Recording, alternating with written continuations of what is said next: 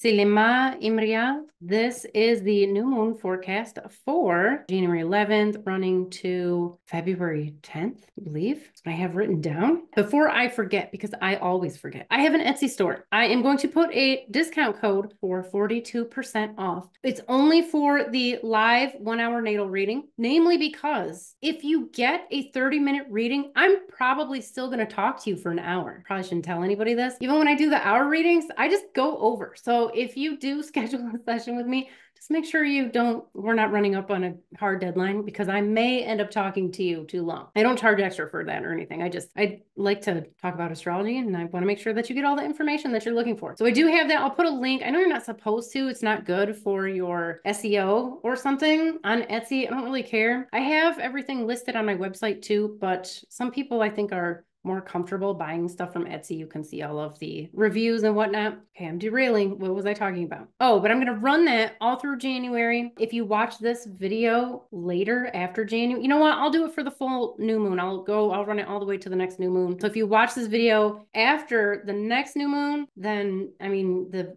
discount may not be there anymore, but I'm just letting you know that it's there if you care, if you want it, you want to get it for somebody else or something. Etsy wants you to have as many products as possible. If you get a natal reading, if you order a natal reading on there, we can talk about anything that you want. We can do prediction, we can do past life stuff, synastry. So just get the natal reading and it's your time. I mean, I basically charge by the hour, so it's fine. But we can talk about anything you want, just let me know. All right. Next, if you could do me a huge favor and hit the like button, that actually helps the algorithm a little bit, and then people, maybe more than 10 people will watch this video. I used to do these really bad vlog videos, and I haven't done them in a while, namely because I used to have to sit and do them because I didn't have the right kind of camera. I did get a GoPro, and I'm going to try this out. It's stuck in customs. I don't know if I'm actually going to get this thing on time. I'm supposed to get it at the end of the month. If you like that type of stuff, I will probably start those videos out with some astrological information, you know, the moon's in whatever today or whatever's going on. So if you're into that, go ahead and subscribe. I also have a list of resources on my website, SumerianAstrology.com. The link will also be in the video description. A lot of free resources, books, PDFs, software. While you're there, you can join my newsletter on any part of the website. Just go all the way to the bottom. I have still only sent 4 in the last 2 years. We're coming up on 3 years. So you're not going to be overwhelmed by all of my awesome emails. And obviously that's going to enter you to, yes, I'm checking my notes. That's going to enter you to win a free natal reading and possibly have some opportunities to do some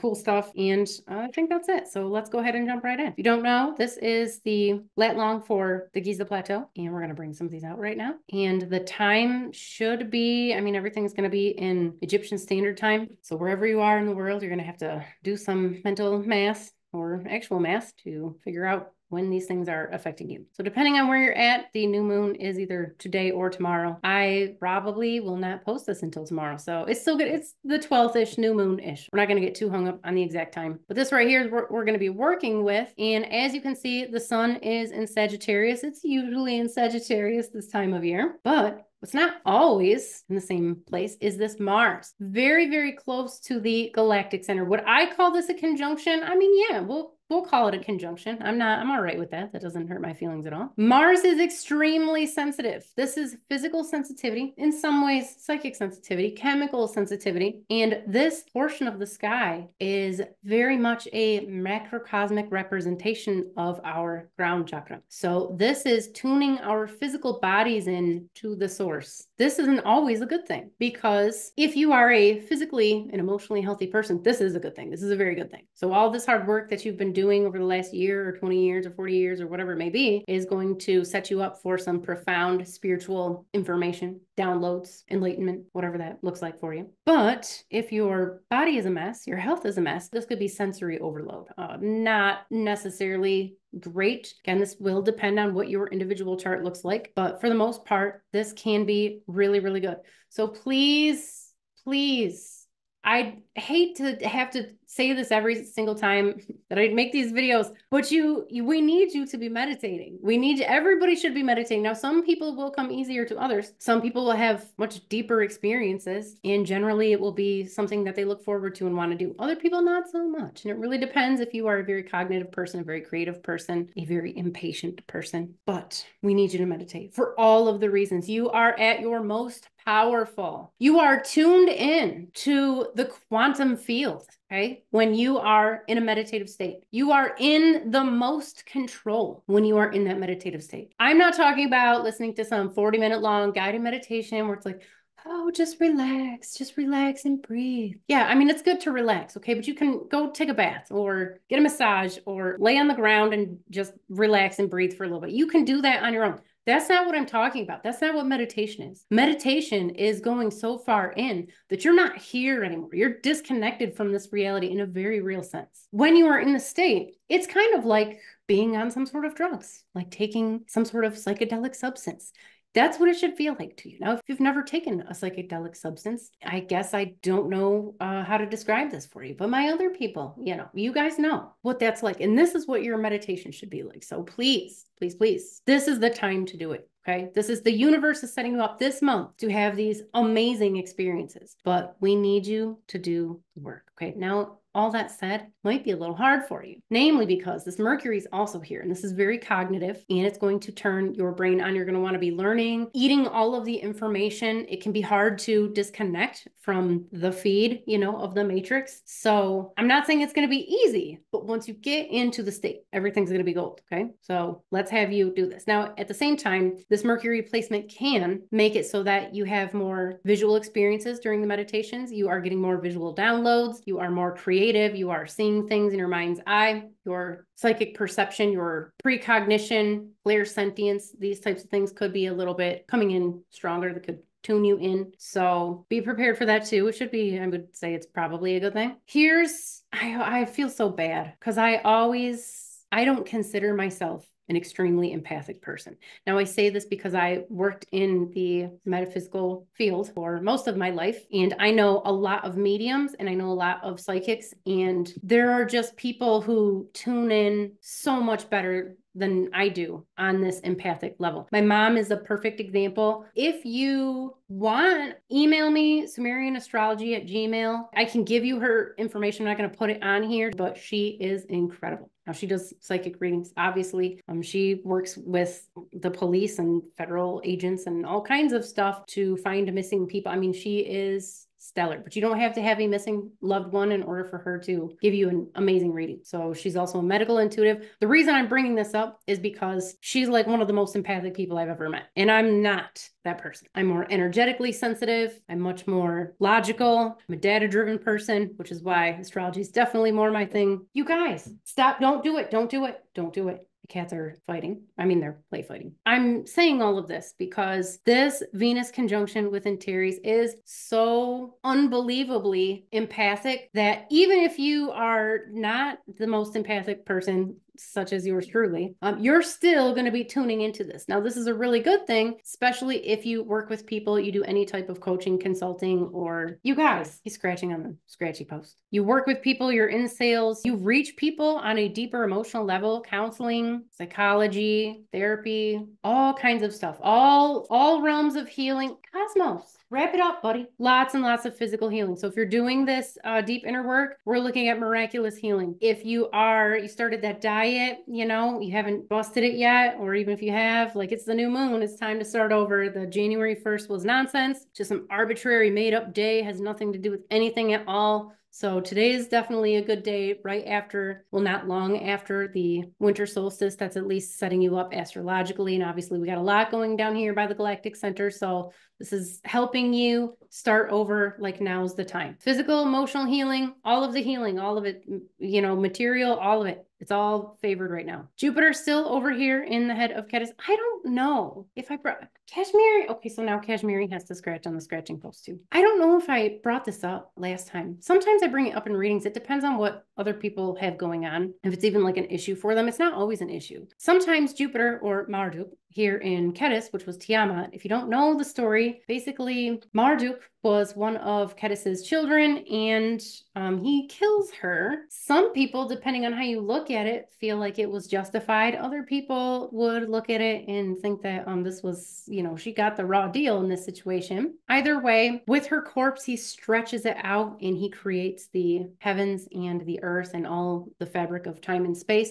This is a very, very, very creative placement. This type of placement, I mean, it happens periodically. It's not like Jupiter's never over here. This is the time when things are being created again, anew. Now, if you have, depending on what your chart looks like, this could be an issue for you, as I kind of mentioned. Sometimes this, especially when it goes retrograde, which it's been going direct and retrograde, like back and forth for quite some time and will be for a while. Sometimes this can bring back old karmic injuries, people who have wronged you, maybe not bring them back, but bring back the issue, things triggering you where people were not fair to you, or you have experienced some sort of injustice, or maybe you have done some injustice to someone else, but it's bringing this back to the forefront so that you can deal with it, heal from it, or whatever you need to do. So just be aware that that is the case. Otherwise, very creative, powerful time. The entire time Jupiter is over here in the head of Ketis and the side of Pisces. And again, if you're wondering why I don't talk about Aries, it's because this is probably a very late addition to the zodiac. It's a tiny little thing. And it just meant Luhunga, which was the hired man. And he was just this little guy that came in to babysit the sheep, and not really a whole lot going on with that constellation, to be quite honest with you. Saturn still right in the middle of Aquarius. It's going to be going on for the next year in particular. A lot of changes in society, a lot of innovation going on, and we just all have to kind of deal with that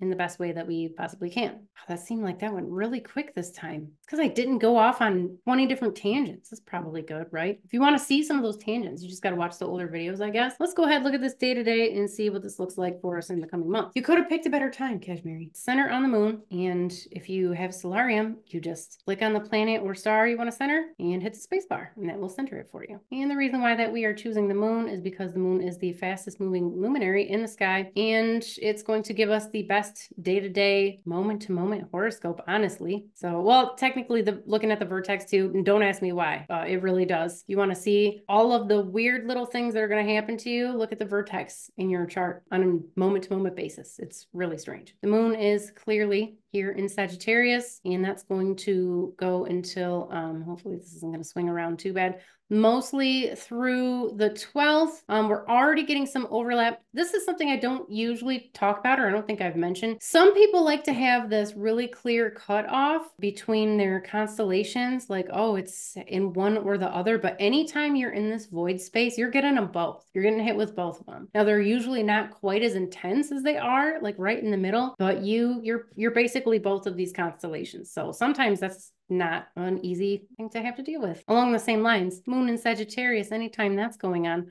we're looking at success, anything to do with your career, ambition, like just phenomenal placement for anything to do with your societal purpose. As we start to go into Capricorn, we're starting to get more like softer, nurturing energy, very maternal energy. It could be paternal too, but much more in like the softer, nurturing side as opposed to like maybe the stern, overly protective side. As we get into the fish side of Capricorn, we're basically already pulling in some of this Aquarius energy, becomes much more innovative. It's still very soft and a little bit more feminine. As we do go into Aquarius, now is a great time for communication, any type of artistic work. Obviously, if you're in the tech space, this is going to benefit you. This tight conjunction with Saturn is going to occur midday on the 14th Egyptian Standard Time, and that is going to benefit you career-wise in all aspects of life. If you were waiting to change jobs, ask for promotion, apply to something, possibly even buy or sell a house or make like a big financial purchase, sometimes this can do it too. So this is just a general, it should be a overall generally very good day. If you're not sure why I'm not saying anything scary about the planet Saturn, it's because there's nothing scary about Saturn, nothing any more scary than any of the other planets, although arguably the moon doesn't really have any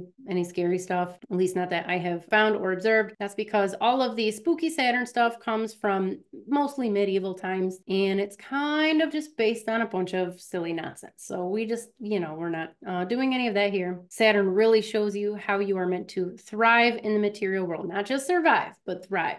Make all the money, have the best life possible, live long and prosper and what have you. All right, so we go into Pisces on the 15th into the 16th. This is going to heighten everybody's psychic ability, their spiritual efforts, whatever those are for you. Obviously, we should be meditating by then. So this is not, shouldn't be starting it, but I mean, if you do, just keep an eye like a journal or something and pay attention to any type of insights you get, because it should be pretty interesting. As moon gets closer to Jupiter, we are having, let's see, looks like it's gonna, oh, what am I doing? Looks like the moon will be conjunct with Jupiter on the, already on the 18th. You're gonna feel it in the day before and after and everything too, but it's going to be much more very tight conjunction on late in the day on the 18th or early if you are in the Western Hemisphere. But the moon and Jupiter together is powerful. This is success. This is kingship, creativity.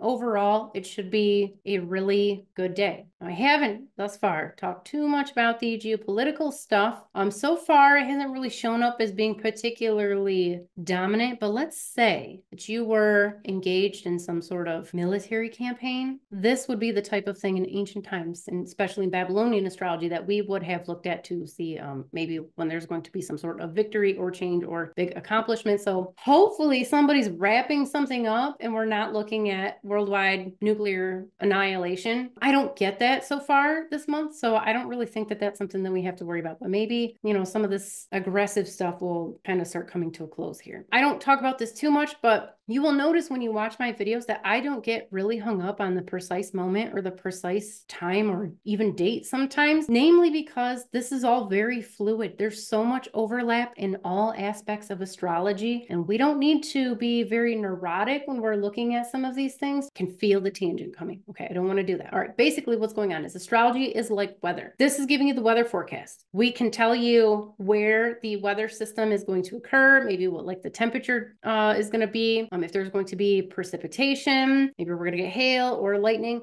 What it's not going to tell you, at least most of the time, unless you're really digging, and it's really, really hard to do, it's not going to tell you exactly where the tornado is going to touch down. It's not going to, you can tell some of that stuff. If you're in the moment and you're watching it and you're really paying attention, yes, you can tell. It's not going to tell you exactly where the lightning is going to strike. Can we take a guess? Is their hair like full of static electricity? Can we tell that lightning's probably going to strike nearby? Yeah, you can do those things with astrology. But generally speaking, especially in something like this, a general forecast, you can't know exactly. And so we're not going to get hung up on some of that stuff. Plus, this is just my personal opinion, but you should be using astrology as a general guide, like a roadmap or a river map to help you navigate the twists and turns in life. You should not be living your life on a moment-to-moment basis based on what any astrologer is telling you, what anybody is telling you. Like, when we get right down to it, you have all of the answers inside of you, which is why you got to do the inner work and the meditation, right? What I was trying to explain is that's why we take this very generally. Anytime we're anywhere in the head of Ketis or in this fish of Pisces and thus in Aries, obviously it's going to be a creative time, not necessarily time to wrap stuff up. This is much more raw creativity, and let's handle some of the harder stuff because this deeper, more aggressive feminine energy is going to give us the ability to face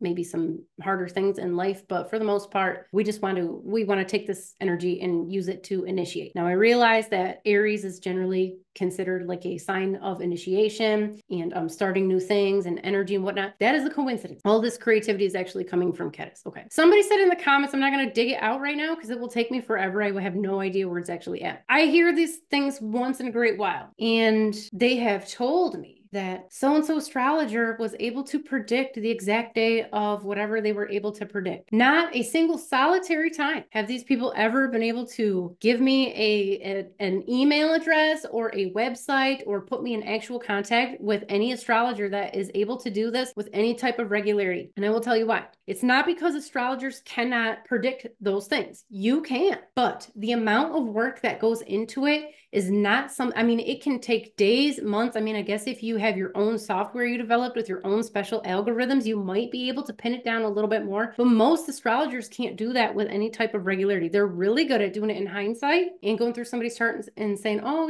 this date looked like it was probably important. And then you're going to bust out with, oh, that's the day I met my husband, or that's the day I got married, or that's when my daughter was born. Like, you're going to come up with something. If that date means anything, they're going to go through and you're going to pick something out. They're not usually able to do those things ahead of time. Can't tell you ahead of time because it just requires a lot of work. Now, some people, like celebrities or super wealthy people, they have lots of money to give an astrologer to pour through all of the charts and all of the comparisons and everything that you have to do to actually be able to do them. I don't think that that's healthy, not just because it's very expensive and outside of the reach of most normal people. But you don't need to know that stuff. That's not good, especially if you're a cognitive person and you're an overanalyzer.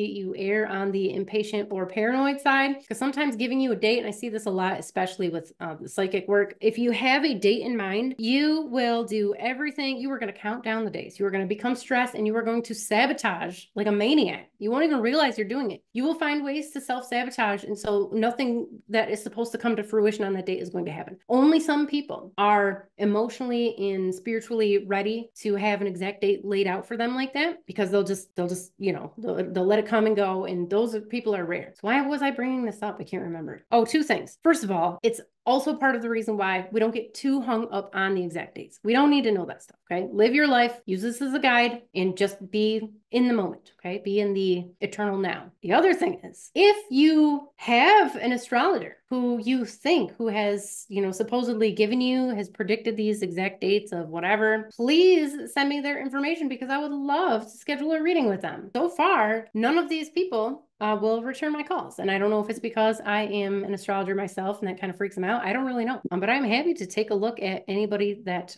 supposedly predicted these dates in advance, because I have yet to actually encounter one. I have been told that I have predicted particular dates, but that's not something that I'm actively trying to do. So I don't keep stats on that. And again, I don't really think that we need to worry about that. We just need to look at the general weather forecast so that you can tune into your intuition and you can ride these currents in the way that best serves you. Okay. All right. This is why these videos end up being way longer than I always plan them to be, because I just keep derailing. All right, so back to following the moon. All right, moon is going to go into Taurus on the 20th, and we are going to be conjunct with the Pleiades sometime midday on the 20th. Now, this is like having a Mars-moon conjunction, and if you want more information on the Pleiades and kind of on Taurus, but specifically on the Pleiades, and this is important if you have Taurus in your chart, I have an awesome article, way too awesome for its own good, on my website, all about the Pleiades and what this means and how this affects you in your chart and everything. So definitely check that out. I'll try to remember to link to it on my website, but if you go to the homepage, just SumerianAstrology.com, you'll see a link to the article and you can look at that. Basically, this is going to increase the emotion. Sometimes this can be kind of chaotic. It's not always great, but if you're not listening to your signs, God, the universe, Shiva, whoever is sending you the signs, if you're not listening to them, sometimes this is going to open that door so that you can get the push that you need. And again, it's not necessarily going to come right on the 20th. It can come sometime during this time. So,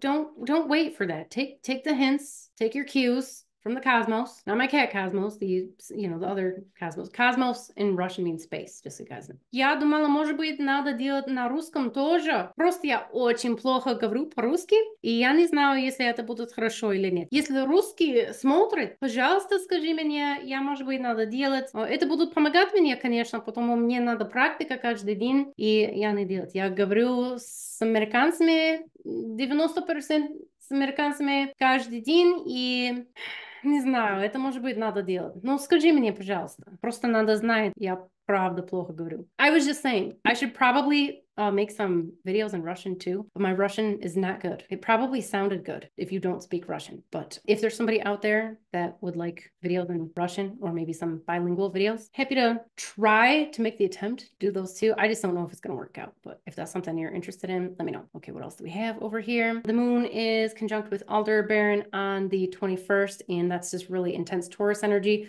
We do start to tie in here with this Auriga and also Orion, which was the true shepherd of Anu. These are going to bring out some of our leadership traits. Now, this is an interesting time because we do get pulled between all four of these constellations. It really starts to go from being very maybe more cognitive and paternal to becoming still very masculine, but on the softer, more emotional side. If you have a weakened immune system, sometimes this can trigger, I don't want to say trigger illnesses, but you can be a little bit more vulnerable during this time. But if you've already been dealing with something, it can do the opposite and it can actually bring out some of your immunity to it. So it kind of double-edged sword here, but generally speaking, very, very empathic time. We know from this month that it's already, everything's very empathic. So that could be intensified around, again, the 25th. We go into Cancer. Now, I am not telling you under any circumstances, am I telling you to wait until the 25th of the month to start doing your meditation, but just know that if you dropped the ball, or if you're even well into a meditation regimen, this should be a very important time.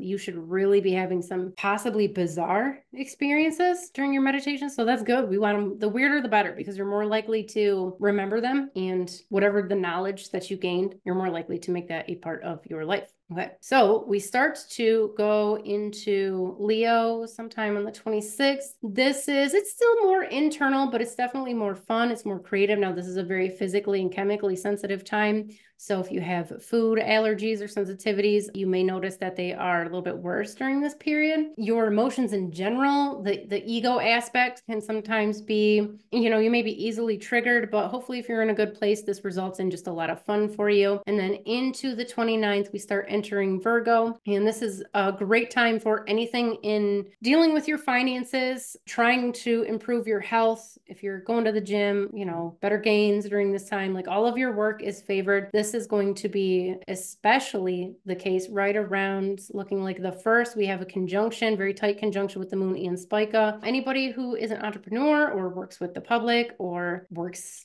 out there in society, like this is all favorable times for you. With the moon moving through Libra, it's a good financial time, generally speaking. And we're going to start to get some of that emotional and Aries energy. And we're going to get that conjunction probably, technically it's already conjunct on the 4th, but we're going to really get it late on the 4th and into the 5th. This is one of those times where if you're keeping some sort of journal or an astrological journal, keep an eye on this. Weird stuff happens with your relationships, especially the karmic relationships. So try to, if you can remember to do it, see what's going on around the 5th, and who'd you have, a conversation with or an argument with, or like what's the weird stuff that was going on, because this is trying to teach you something much deeper about this relationship in particular. And then we are going to start getting this galactic center. It's going to be conjunct over here through the 5th into the 6th, and that is again going to open our crown chakra and allow for some deeper insight. And we are going to swing back into Sagittarius, all of the success,